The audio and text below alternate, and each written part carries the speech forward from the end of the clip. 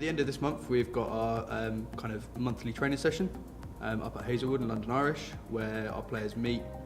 We run some sports science testing, we run a bit of kind of pre-training, nutrition talks, S&C talks, things of that nature. We get a few guest people to come in from industry level to elite level clubs to do talks with players, talks with staff, kind of give the players an insight to what goes on with the elite kind of world. Then we run a training session with guest coaches and things of that nature, and then we basically prep for the season ahead, where we've got, I think, around about 8 or 9 tournaments, 7 around them are in the UK, from our elite men's, elite women's, to all the way down to our kind of open and social men's and women's. So we're basically very busy. I think we've got first one on the 13th of April, and then they pretty much follow on every week to 2 weeks after that. Bournemouth being a big one, Amsterdam being a big one for our elite women's, as well as La Manga for our elite men's.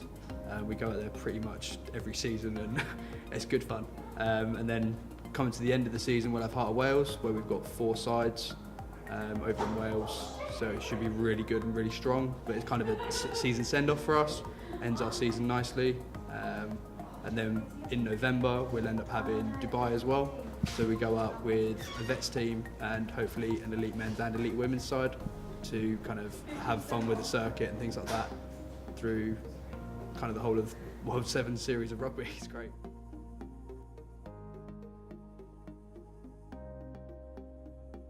So I think the key thing here is utmost professionalism within the rugby squad. They play off in their satellite clubs and they come and join together under Nomad 7s.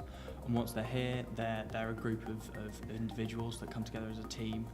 And as a club, we want to promote the highest level of professionalism to take us onto that next level and potentially be a feeder into those international squads, and which we currently are doing, but there is definitely more that we can do, and that's where I see us going in the future.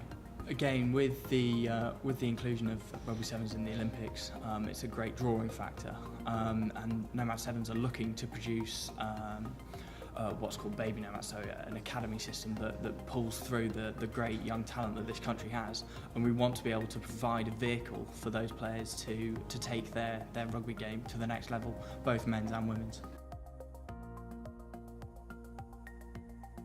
Yeah, definitely.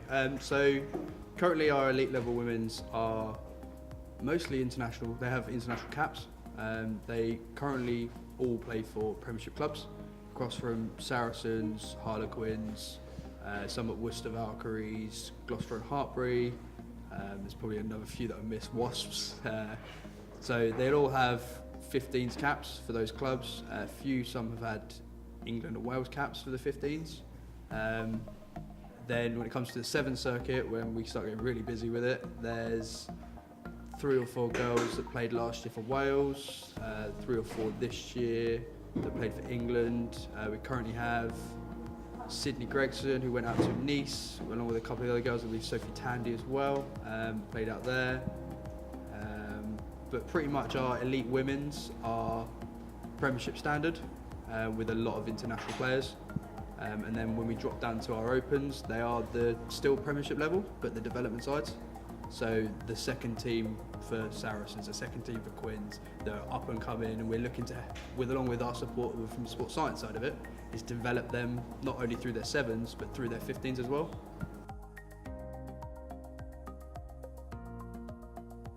A lot of flair.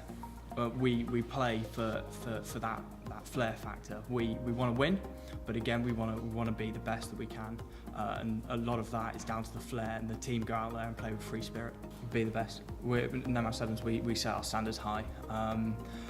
We've got the calibre of players, we've got the coaching staff, we've got the biggest backroom staff on the circuit, we've got a great partnership with Solent University, and they keep providing us with sports therapists, applied sports scientists, and also S&C coaches and the team around that.